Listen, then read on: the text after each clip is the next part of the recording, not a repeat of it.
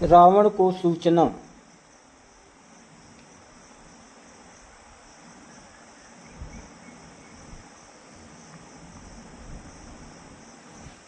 रावण को सूचना।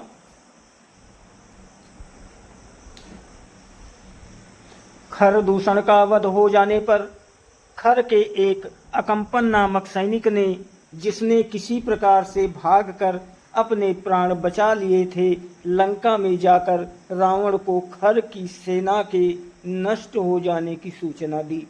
रावण के समक्ष जाकर वो हाथ जोड़कर बोला, हे लंकेश, दंडकारण्य स्थित आपके जन स्थान में रहने वाले आपके भाई खर और दूषण तथा उनके 14 सहस्र सैनिकों का वध हो चुका है।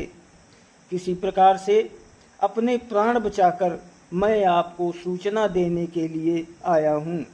ये सुनकर रावण को भारी क्रोध आया। उन्होंने कहा, कौन है जिसने मेरे भाइयों का सेना सहित वध किया है? मैं अभी उसे नष्ट कर दूंगा। तुम मुझे पूरा वृत्तांत सुनाओ, बताओ। अकंपन ने कहा, हे लंकापति, अयोध्या के राजकुमार राम ने अपने पराक्रम से अकेले ही सभी राक्षस वीरों को मृत्यु के घाट उतार दिया है। इस समाचार को सुनकर रावण को आश्चर्य हुआ और उसने पूछा, खर को मारने के लिए क्या देवताओं ने राम की सहायता की है? देवताओं से राम को किसी प्रकार की सहायता नहीं मिली है। वास्तव में राम तेजस्वी, शक्तिवान और युद्ध विद्या में पारंगत योद्धा हैं। खर जैसे रणबांकुरे, जिसकी एक गर्जना से सारे देवता कांप जाते थे, को उनकी शक्तिशाली सेना सहित उसने खेल ही खेल में समाप्त कर दिया। उसका रण कौशल देखकर आप भी भयभीत हो जाएंगे। आप अपनी संपूर्ण सेना के साथ उसे परास्त नहीं कर सकेंगे। मेरे विचार से उस पर विजय पाने का एक ही कारण है कि उसकी अत्यंत रूपवती लावण्यमयी पत्नी भी है। राम उससे बहुत प्रेम करते हैं। वो अपनी पत्नी के बिना एक पल भी नहीं रह सकते। मेरा विश्वास है कि यदि आप किसी प्रकार उसका अपहरण करके ले आएं तो राम उसके वियोग में स्वयं ही मर जाएगा। लंकेश रावण को अकंपन का ये प्रस्ताव सर्वथा उचित प्रतीत हुआ।